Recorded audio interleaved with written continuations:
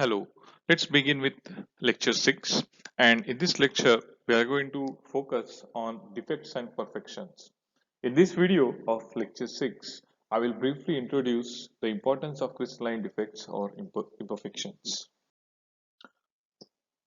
Till now, we assume that there is a perfect order in the crystalline structure of a material. So, for example, if some crystal structure is made up of, let's say, uh, BCC crystal structure. If a material has a BCC crystal structure and this is the unit cell of BCC, so there are 8 corner atoms and one body centered atom, and then this is repeated everywhere. So this is how we have visualized a metallic object so far. So this is repeated area. So this is the adjoining cell, this is the next adjoining cell. Okay, even we have on all the 6 faces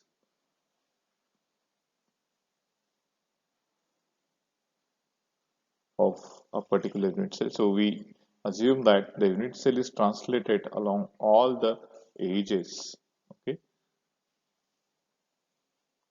so everywhere. And if we think of a metal or the crystalline structure of a metal built up by translating a single unit cell everywhere, then which means that there is a perfect order. Okay, but however, this is never the case.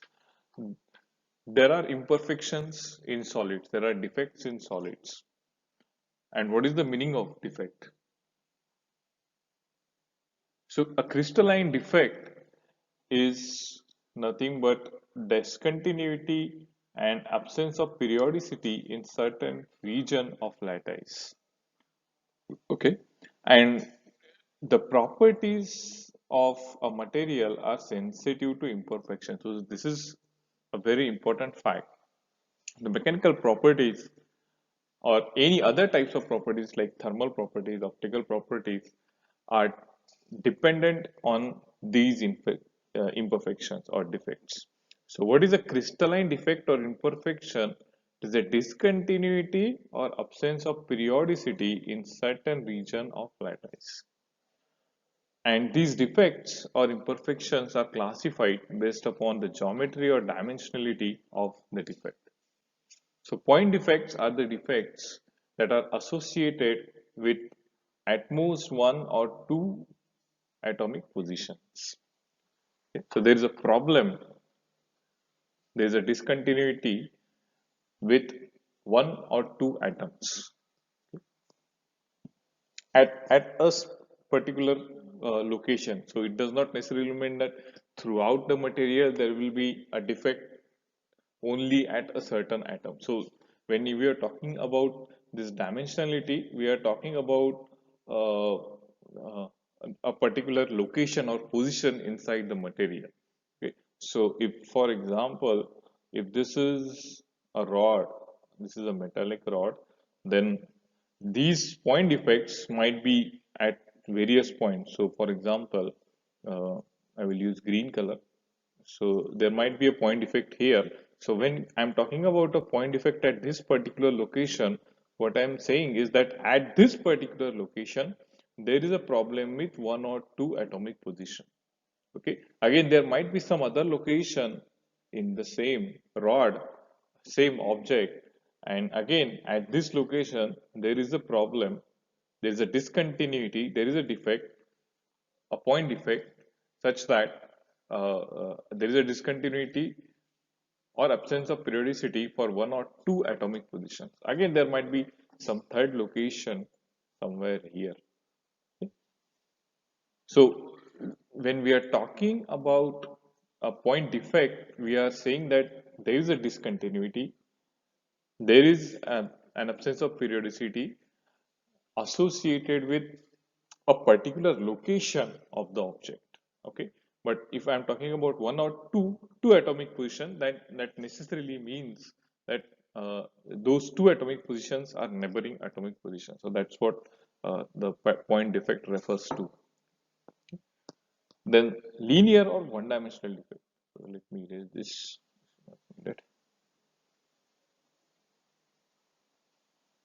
Linear or one-dimensional defect. So the one-dimensional effect means that if there are atoms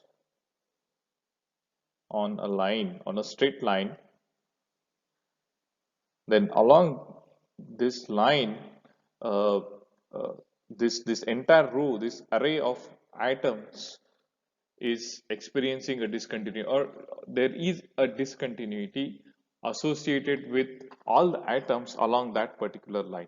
Okay, so again, this is location specific. So there might be a small line here on this rod, and there might be uh, a discontinuity or absence of periodicity somewhere along the line. Again, there might be another location on the same object, okay, where there is a line defect or linear defect. Interfacial boundaries or two-dimensional defect. So this refers to a plane. So there might be a cross section. This is just where over that entire plane, over that entire cross section, there is a discontinuity or absence of periodicity. Okay. Again, there might be another plane here like that on which there is a discontinuity. Still another plane. Might be an elliptical plane like that. Okay. So this is a 2D or interfacial defect. So why we should bother about imperfections? What is the reason why we are giving so much importance to imperfections in solids? So there are several reasons, and first of them is properties are structure sensitive. Different properties of a material, mechanical properties, electrical properties, magnetic properties, optical properties, chemical properties, they are dependent on the structure of a material. They are very sensitive to structure of the material. And if there is a problem with that structure, these properties are going to alter. Second reason is how macroscopic failure results. So you might have observed a wall at your home. So if this is a wall at your home, and when the home was newly constructed or just built, or if not the case, then you might have observed a place which was newly constructed, and there is a wall, and at some point of time there is very small defect. There were very small pores, and at some pores, at some holes, after a certain period of time, after a long duration of time, these holes started building up, okay, or there was a collision of other holes, and slowly you observed a crack progressing towards the edges of the wall. So might be this happened at some of the locations, but not at all locations. But essentially, uh, the defect started at some point on the wall, and then uh, around that particular defect, the crack started building up, or the defect started building up around an already existing defect. Okay, and that's how the failure occurs. Same is the case with roads. So you might have observed a road or in your city, and the when the road was newly constructed, there was no defect. There were no pits in this on that road.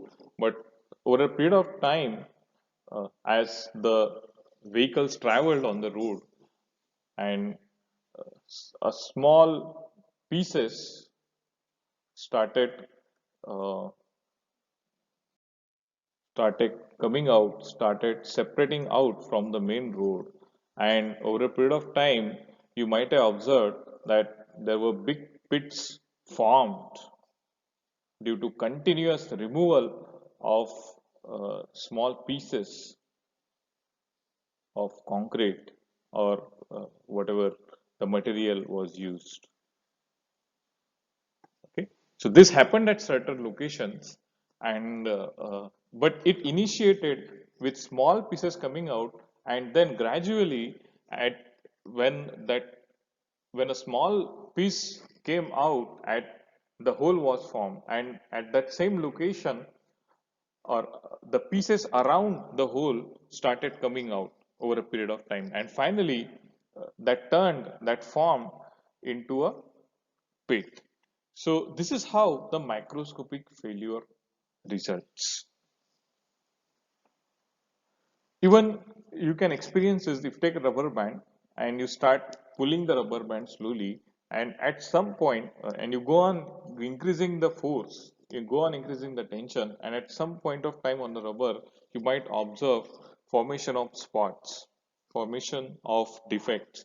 And then if you try to continuously pull the rubber, then that that defect grows, and finally the rubber breaks. Okay. So this is how macroscopic failure occurs. And the meaning of macroscopic failure is that you observe it by your eyes. So you don't need a special equipment like microscope for observing it. You observe it by your eyes. So this is the meaning of macroscopic failure. And in short, we can see that there is a coalescence of damage around the existing fault. Then third reason is for predicting mechanical performance. So if someone uh, built a mechanical component like a gear or a shaft or a bearing, then they want to know how that particular component will perform or when it will fail, how it will perform under certain conditions, and how it will perform means that what are the chances that the defects will be produced, and then what is the expected duration of its lifetime. Okay, so when it will fail. So this is what engineers or organizations want to know. They want to predict the mechanical performance of the components that they are building, they are producing. As it turns out, imperfections are not always bad. In fact, a material without imperfection is boring. Okay, so nobody likes the material without imperfections. And in fact, controlled impurities can improve properties drastically. That means the defects are intentionally or deliberately introduced into a perfect material. If it's perfect, then the impurities are deliberately introduced to engineer or to govern, control, improve the properties of that material. Like for example, dopants in semiconductors. So you must have studied semiconductors in study. So the semiconductors are produced by introducing dopants into isolators. Okay. So these are the types of imperfections. So we are going to study all of them, starting with the point defects or zero-dimensional defect, where there is a problem or discontinuity associated with one or two neighboring atomic positions. Vacancy, interstitials, impurity atoms. Linear defects such as dislocations, and dislocations are very important. So we're going to talk a lot about dislocations. Grain boundaries, very important. So linear defect and uh, interfacial defects are very important. Foreign particles or large voids. So these are volume defects or three-dimensional defects. Okay. So let's begin with point defects.